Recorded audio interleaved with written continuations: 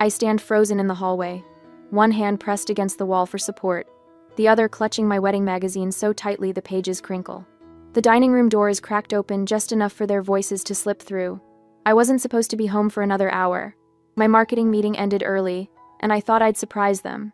Instead, they surprise me. She'll pay for everything, just like she did for my wedding.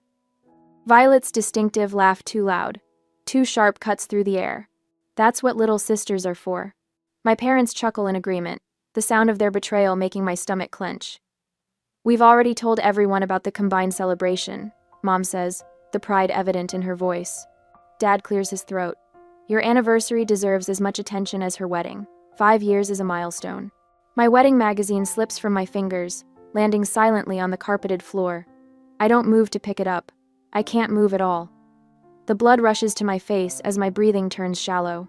White-knuckled, I grip my handbag to keep my hand from trembling. 5 years of therapy, teaching me to recognize my worth, evaporates in an instant. I'm 10 years old again, watching Violet open my birthday presents while everyone applauds her for being such a good sharer. I back away from the door, careful not to make a sound. My legs carry me outside to my car, where I sink into the driver's seat and stare at nothing. The keys dangle from my fingers, but I don't put them in the ignition. Not yet. First, I need to call Robert. My finger hovers over his name in my contacts. 3 deep breaths later, I press call. Hey, beautiful, he answers on the second ring. How was the meeting? They're trying to do it again, Rob. My voice comes out steadier than I expect. But this time, I won't let them. 5 years ago, Violet announced her engagement to Thomas. 2 weeks later, Dad called me into his study, explaining that Thomas had lost his job and they needed help with wedding expenses. Just temporary, he promised. Family comes first, Naomi, he said, his hand heavy on my shoulder. Your sister needs this. Mom stood in the doorway, arms crossed. If you really loved your sister. I handed over my entire savings account. $15,000, my education fund, my future. It's just a semester, Mom said when I had to drop out of college. You can always go back. 3 semesters later, I was still working 2 jobs, watching my dreams collect dust while Violet danced at her reception in a dress that cost more than my car. That night, I made myself a promise while Sisters by Rosemary Clooney played over the speakers. Never again. 2 weeks later, Mom invites us for dinner. Just a casual family gathering, she says, but I know better. Her voice has that rehearsed quality it gets when she's planning something. The table is set with the good china, never a good sign. Violet and Thomas arrive 15 minutes late, as usual. Before we eat, Mom announces once we're all seated. We have the most brilliant idea. I feel Robert's hand find mine under the table, as Mom launches into a speech about beautiful symbolism and shared celebrations. We thought, she continues, beaming, that we could combine Naomi's wedding with Violet and Thomas's 5th anniversary celebration. Violet pulls out a folder color-coded and tabbed and places it on the table. I've already made a list. Separate cake, of course. Special dance. And I think the colors should match my original wedding. For continuity. Robert's fingers tighten around mine as I feel all eyes turn to me. They're waiting for my usual immediate agreement. My automatic yes that's been conditioned into me since childhood. Let me think about it, I say instead. The silence that follows is deafening. Mom's smile freezes. Dad blinks rapidly. Violet's mouth opens slightly, then closes. Think about it? Dad recovers first, patting my shoulder dismissively. Always practical. That's why we know you'll handle the finances. Violet's eyes fill with practiced tears. I thought you'd be excited. Mom gives me a look, the one that says, keep the peace before passing the potatoes. Naomi will come around. She always does. I smile and nod. The perfect daughter. Robert squeezes my hand under the table, a silent show of support. I'm sure it will be beautiful, I say, the words tasting like ash. But in my mind, a plan is already forming. A single thought burning bright enough to warm the ice forming around my heart. Never again. Have you ever smiled and nodded while silently planning your escape? Share your thoughts in the comments below. That night, I said I would sleep over to take some things left and to check what other plans my family is hiding from me. The family computer screen glows in the dim light of Dad's study as I scroll through Mom's email. I shouldn't be here, shouldn't be doing this. But Robert's words echo in my head. Trust your instincts, Naomi. Something doesn't add up. My breath catches when I see it, An email chain between Mom and Violet with the subject line "Vendor Payments, Naomi." I click, heart hammering against my ribs. "Don't worry about the deposits," Mom wrote. "James and I have assured everyone that Naomi will cover all expenses once contracts are finalized." My fingers tremble on the mouse. I click through more emails, each one another nail in the coffin of my trust. Screenshots of venue options, catering menus, DJ packages, all with notes about how the bride will be handling payment. A notification pings on Mom's tablet still logged into her Amazon account. I tap it without thinking and freeze. There, in high-definition color, is a wedding dress. Not my dress, a second dress, ordered 3 days ago. The confirmation email shows my credit card number. "I need your bathroom." I text Robert, our code for urgent calls. He answers immediately. "What happened?" "They've been planning this for months." My voice sounds hollow even to myself. "Violet used my credit card to buy another wedding dress, one that matches her vision." 4. "That's credit card fraud," Robert says, his usually calm voice tight with anger. "There's more." I switch to speaker and open the banking app on my phone. Remember those deposits I couldn't account for last month? They weren't deposits. They were withdrawals labeled as deposits, for wedding expenses. "My parents got a call last week," Robert says after a pause. "Someone claiming to be your wedding coordinator said you wanted a simple ceremony and didn't need their contribution." The pieces click together with sickening clarity. I minimize the email and notice an Excel file on the desktop labeled W+A Budget Final. I shouldn't open it, but I do anyway. The spreadsheet appears, meticulously organized with color-coded tabs. I click through them, my stomach dropping further with each page. Venue, $22,000. Catering, $15,000. Entertainment, $8,000. Flowers, $7,000. Photography, $6,000. Dresses, plural, $5,000. At the bottom, a final sum, $63,000. With a note in Violet's distinctive purple font, "Naomi's responsibility." I lean back in Dad's chair, suddenly dizzy. The family photo on his desk, Mom, Dad, Violet, and me at her wedding, seems to mock me now. I was smiling in that picture, having just signed away my education fund. While searching for more evidence, I find Mom's journal tucked in the desk drawer. I've never invaded her privacy like this before, but I'm past caring. I flip to recent entries. "Naomi's always been the responsible one," she wrote just last week. "She'll understand this is for family." So, the same day Dad claimed financial hardship, a receipt from Pine Hills Golf Club shows his $5,000 membership renewal. I take screenshots and forward all messages to my chat. Tomorrow I will start dealing with them thoroughly. My phone buzzes in the morning while I am at office. A text from Jessica, my oldest friend who works at an event planning company. "Call me as soon as possible. Violet just contacted us claiming to be handling arrangements for your wedding." I forward her the spreadsheet before calling. Her outrage validates what I already know: this isn't normal family behavior. "They're gaslighting you," she says bluntly. "This is financial abuse." Later that evening, Robert's sister Emily visits our apartment. Unlike me, she successfully escaped her own controlling family years ago. "The problem isn't just Violet," Emily explains as we sit at our kitchen table. "Your mother enables everything. Notice the pattern: Violet creates the crisis. Your mother offers the solution that requires your sacrifice." Mrs. Sullivan, my elderly neighbor who sometimes joins us for coffee, nods in agreement. She came 10 minutes after Emily. "I've watched this dynamic for years, dear. Your sister takes, your mother facilitates, your father enforces, and you accommodate," she says.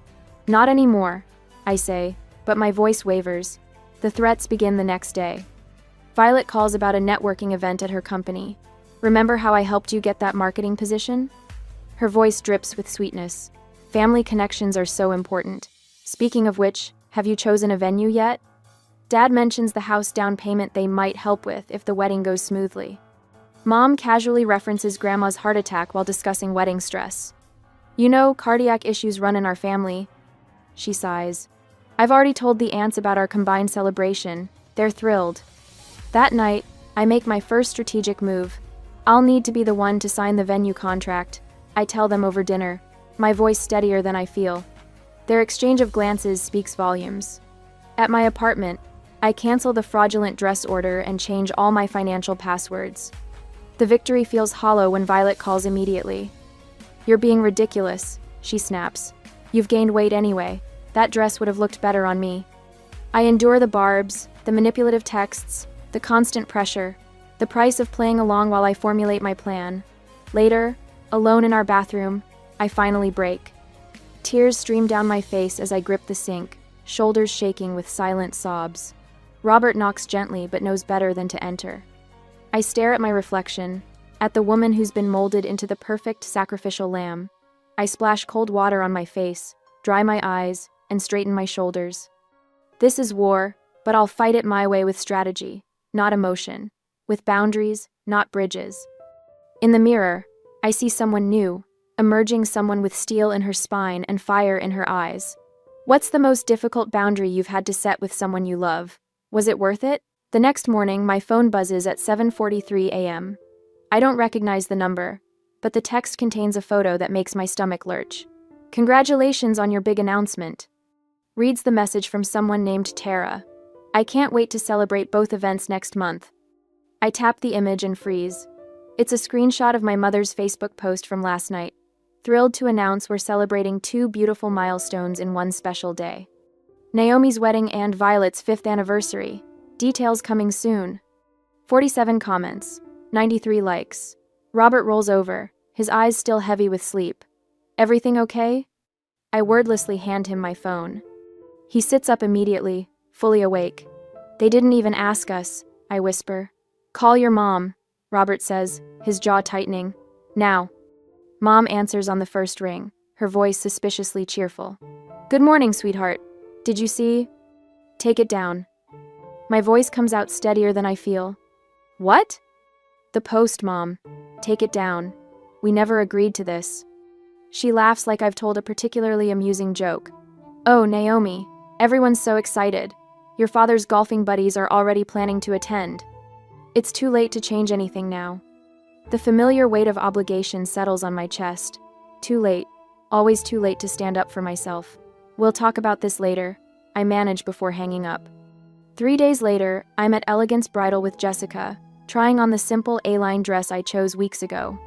I twist in front of the mirror, admiring how the ivory fabric catches the light. "It's perfect," Jessica says, snapping a photo. "Classic, but not boring. Totally you." The bell above the door jingles. I catch the reflection of Violet sweeping into the boutique, designer sunglasses perched on her head, Mom trailing behind her. "Surprise!" Mom calls out, clapping her hands. "We thought we'd join you." Jessica shoots me a look that says, "Stick to the plan." I nod almost imperceptibly. "How unexpected," I say, turning to face them. Violet circles me like a predator, her manicured finger tapping against her chin. "It's a bit plain, isn't it?" Nothing like my Vera Wang. She reaches for a glass of complimentary champagne from a nearby table. "But I suppose it suits you." "Go." The boutique owner smiles tightly. "Would you like to see some veils to complete the look?" Before I can answer, Violet's arm jerks, sending a wave of red liquid across the front of my dress. The champagne glass hits the floor with a crash. "Oh no!" Violet gasps, hand flying to her mouth in mock horror. "I'm so clumsy. Thank goodness you haven't purchased it yet." My fingers curl into fists at my sides as I watch the red stain bloom across the ivory fabric. The boutique owner rushes for club soda, but we all know the dress is ruined. Mom pats my arm. "Don't worry, dear. This was clearly meant to be. We'll find something that complements Violet's anniversary dress." 2 hours later, I meet Robert at his office for lunch, my hands still shaking. "They destroyed my dress, Rob. On purpose." Robert's eyes darken. "That's it. No more playing nice."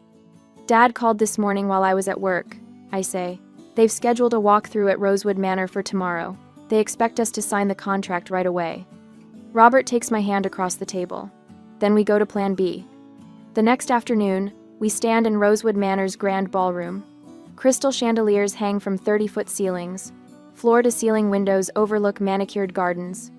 It's breathtaking and exactly the kind of extravagant venue I never wanted. "Perfect for your sister's grand entrance," Dad says, clapping the venue manager on the shoulder. "And plenty of room for all 200 guests." 200? I echo. "We agreed on 50. Mom waves dismissively. We couldn't possibly cut the list now. Everyone's already been notified.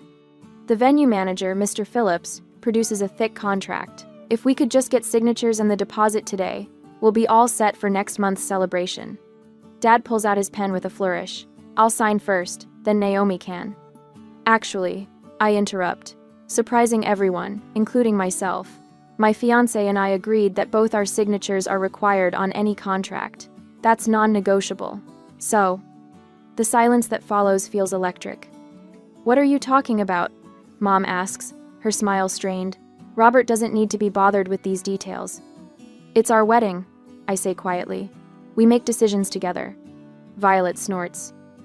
Since when do you make decisions at all? I reach into my bag and pull out a folder.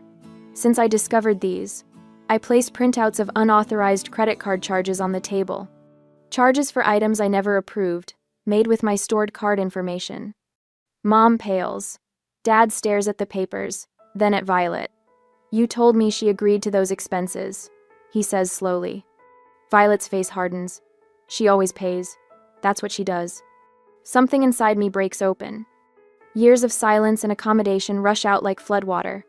You ruined my college years, I say, my voice surprisingly calm. You're not ruining my wedding day. Mr. Phillips clears his throat uncomfortably. Perhaps I should give you a moment. No need, I say, reaching for the contract. I'd like to review the terms. Dad tries to intercept. Naomi, be reasonable. I've learned that true family respects boundaries.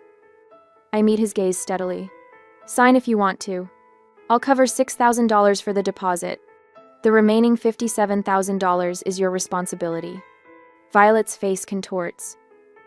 You can't do this, we've told everyone. You've always been the reliable one, the responsible one. I still am, I say. I'm just being responsible to myself for once. Dad looks from me to the contract, then back again. Something shifts in his expression surprise, perhaps even a flicker of respect.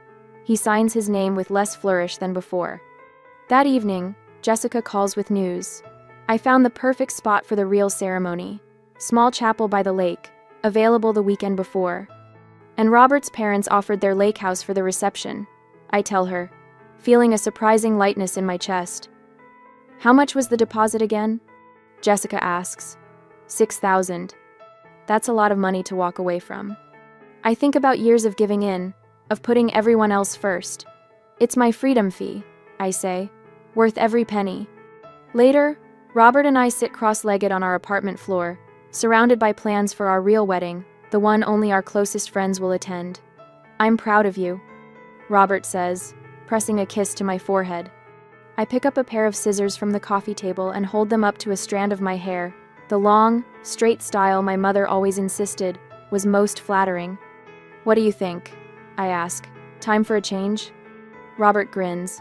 Absolutely. The scissors make a satisfying snip. Dark strands fall to the floor around me. With each cut, I feel lighter.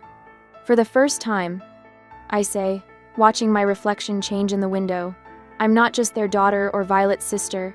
I'm choosing to be me. After my impromptu haircut, I try on the simple white sundress we ordered online.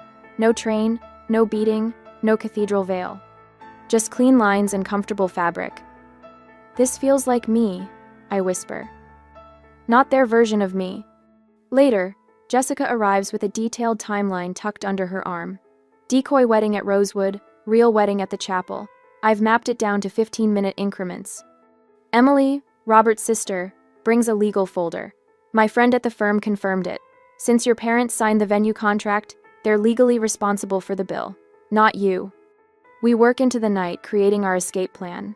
Every guest, every detail, every contingency accounted for. I can't believe we're really doing this, I say, feeling the first genuine laugh bubble up inside me in months. Mrs. Sullivan stops by with homemade cookies, her eyes crinkling with wisdom. Sometimes the kindest thing is walking away, she says, squeezing my hand. I wish I'd had your courage 50 years ago. The night before the wedding, Violet appears at my apartment unannounced. Her eyes narrow at my newly short hair. The venue called, she says without preamble. They need final payment confirmation. I smile calmly. Everything's been taken care of. Tomorrow will be unforgettable. Something in my tone makes her pause. She studies my face, searching for the familiar signs of capitulation. Finding none, she leaves with a huff. After she's gone, I pull out a small overnight bag from under the bed and carefully pack the essentials: white sundress, new flats, marriage license. Robert watches from the doorway. Ready? He asks. I zip the bag with finality. More than I've ever been. Have you ever had to create an escape plan from a toxic situation? What gave you the strength to follow through? The next morning, a makeup artist dabs powder across my forehead as I check the time. 9:17 a.m. Perfect. I snap a selfie in the bridal robe Jessica borrowed from her cousin's salon, making sure the generic background reveals nothing about our actual location. Sending the first bait? I tell Robert, who's lounging on the lake house sofa in jeans and a t-shirt, coffee mug in hand. No tuxedo yet. We have hours before our real ceremony. I attach the photo to a group text. Getting started. Running a bit behind but so excited. Then I add 3 bride emojis and a champagne glass. Exactly the kind of over-enthusiastic text they'd expect. Mom responds instantly. Everyone's arriving at the venue. Your father is greeting the Hendersons now. They're all there, I tell Robert, the weight of 5 years lifting from my shoulders. 200 guests, and a $63,000 bill. Robert raises his coffee mug. To freedom. My phone buzzes with Violet's text. Remember, I need you here by 11:30 for our sister photos before your ceremony. Wear the pearl earrings I picked. I silence notifications and join my actual friends on the deck, overlooking the tranquil lake. Jessica pours mimosas while Sam and Keith string white lights around the birch trees.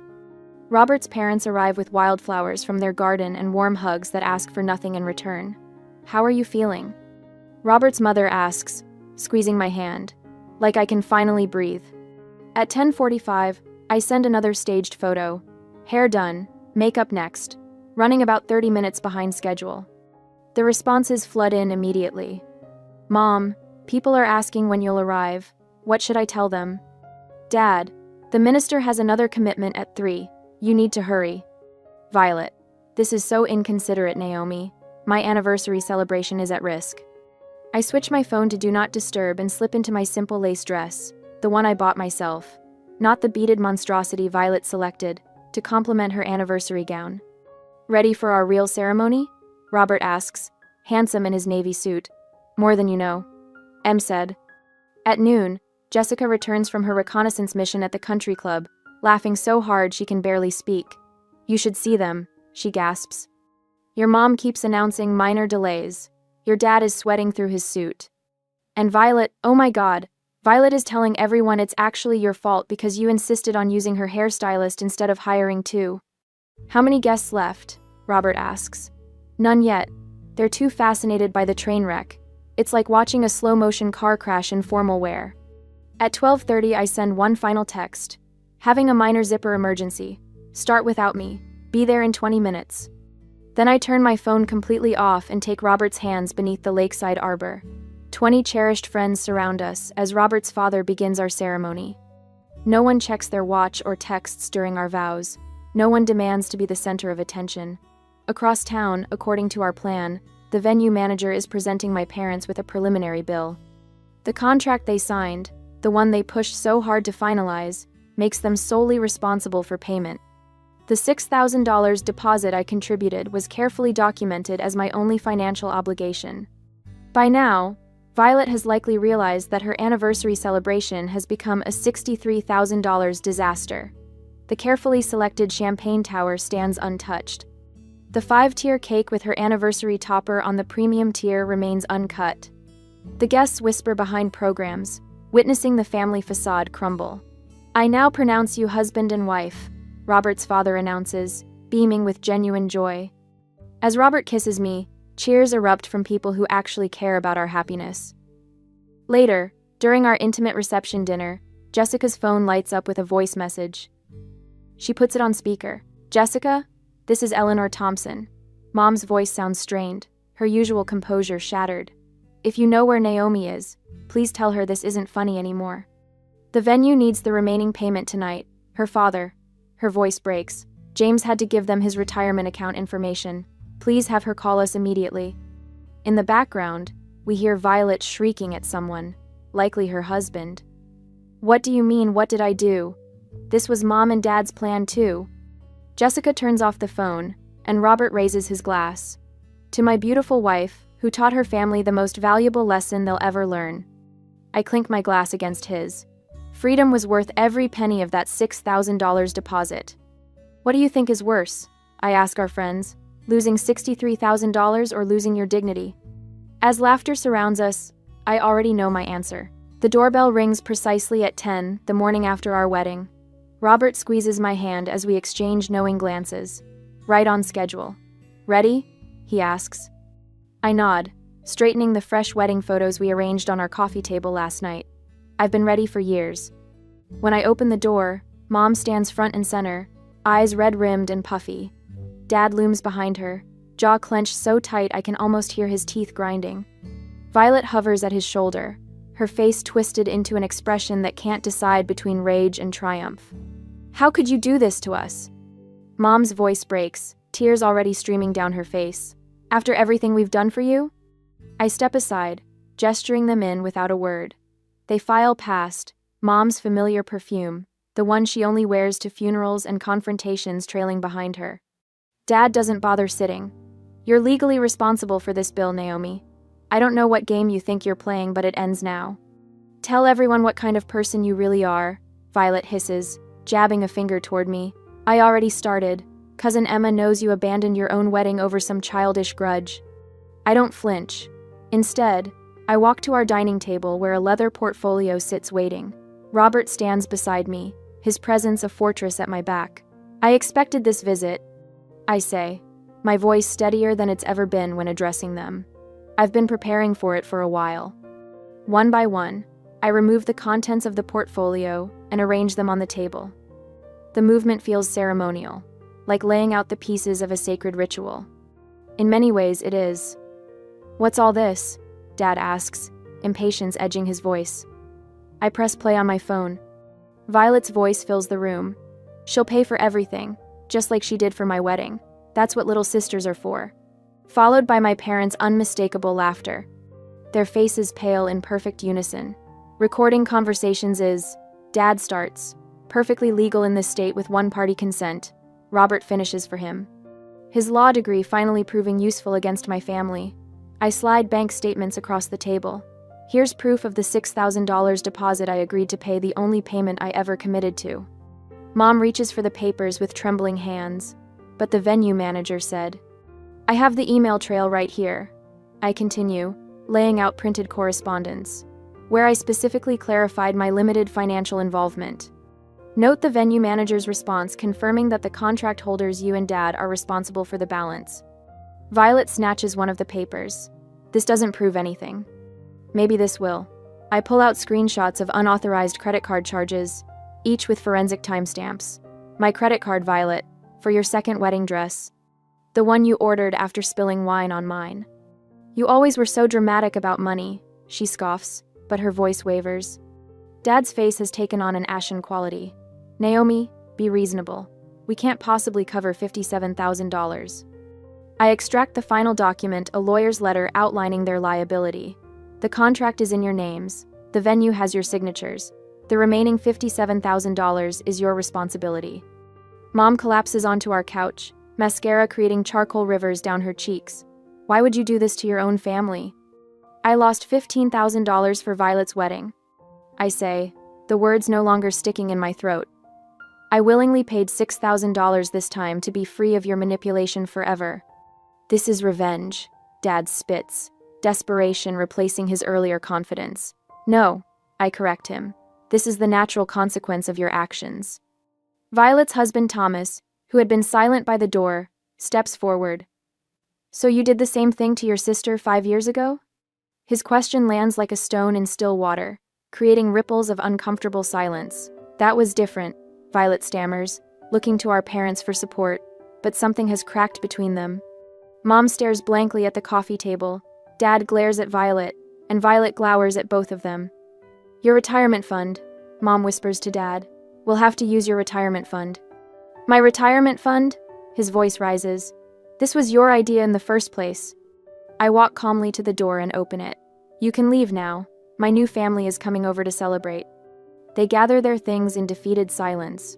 As they shuffle toward the exit, I can't resist one final truth. Consider the $63,000 your investment in my freedom. Violet pauses at the threshold, turning back with an expression I've never seen before, something like respect, tangled with resentment and perhaps a flicker of recognition. The door closes with a soft click that echoes with finality. Robert wraps his arms around me as I lean against him, suddenly exhausted and exhilarated all at once. "Are you okay?" he asks into my hair. Before I can answer, my phone chimes with a text. Jessica and the others are on their way over, bringing champagne and takeout from our favorite restaurant. "I'm more than okay," I say, looking at our wedding photos, the real ones, taken at the lake house with people who truly love us. For the first time in my life, I'm free. Was I justified in my actions, or should I have confronted my family directly instead? What would you have done? A year later, the scent of roasting turkey fills our new home as I arrange a centerpiece of crimson and gold chrysanthemums on our dining table. Through the window, November sunlight spills across the hardwood floors we installed ourselves last month. Robert catches my eye from the kitchen doorway and raises his wineglass in a silent toast. 1 year exactly, he says, his smile reaching his eyes. I nod, my chest warm with contentment, rather than the familiar tightness of anxiety. 1 year since we chose ourselves. 1 year since we walked away from the elaborate charade my family had planned and married by the lake instead, surrounded only by people who truly loved us. The wedding photo on our mantle captures that perfect moment, Robert and I laughing as the weather's beautiful colors danced around us, neither of us looking at the camera. Real joy doesn't pose. The doorbell chimes, interrupting my thoughts. Through the peephole, I see Violet standing alone on our porch, her shoulders hunched against the cold in a way I've never seen before. No, Thomas. No dramatic entrance. Just my sister, looking smaller somehow. When I open the door, I stand tall in my own doorway. Unlike that day I overheard them plotting in the dining room, I feel no trembling in my hands, no weakness in my knees. I came to apologize, Violet says, her voice lacking its usual sharp edge. Really apologize. I study her face, searching for the familiar manipulation. Instead, I find something new: humility. Dad and Mom had to use their retirement savings to pay the venue. She continues, when I remain silent. It was a reality check for all of us. I gesture toward the living room. Come in. The others will be here soon. She hesitates. Thomas threatened divorce unless I started therapy. He said he couldn't be married to someone who treats family like stepping stones. For a moment, I see the little girl who once held my hand on the first day of kindergarten, before she learned to see me as competition rather than as a sister. How's that going? I ask, genuinely curious. Hard, she admits, but necessary. The front door opens behind us as Jessica arrives carrying a homemade pie, followed by Emily and Robert's parents. The warmth of their greetings fills the entryway. Later, gathered around our table, Robert raises his glass. To chosen family and second chances. The conversation flows easily, untainted by the tension that characterized family gatherings of the past. When Emily's college-aged cousin mentions pressure from her parents to change majors, I share what took me years to learn. Sometimes the most loving thing you can do is refuse to be someone's victim. I tell her. Boundaries aren't walls, they're the foundation of healthy relationships. The words feel natural now, not rehearsed. Last month, I began volunteering at the community center, mentoring young women struggling with family expectations. The scholarship fund we created from money saved on our wedding helped 2 of them start college this fall. As evening approaches, most guests depart with warm hugs and promises to return soon. Only Violet remains, helping clear dishes with careful movements. You're welcome here as my sister, I tell her quietly by the sink, not as the person who tried to ruin my wedding. She nods, accepting the boundary without argument. Mom started to see it too, how she enabled everything. She asked if she could call you sometime. Later, after Violet leaves, Robert presents a small package wrapped in silver paper. Happy anniversary, he whispers. Inside is a shadow box containing our framed $6,000 venue deposit receipt, mounted against burgundy velvet. The inscription reads, "Best investment we ever made in our freedom and future." I trace the glass with my fingertip, smiling at the simple truth of it. Some lessons are expensive, but worth every penny.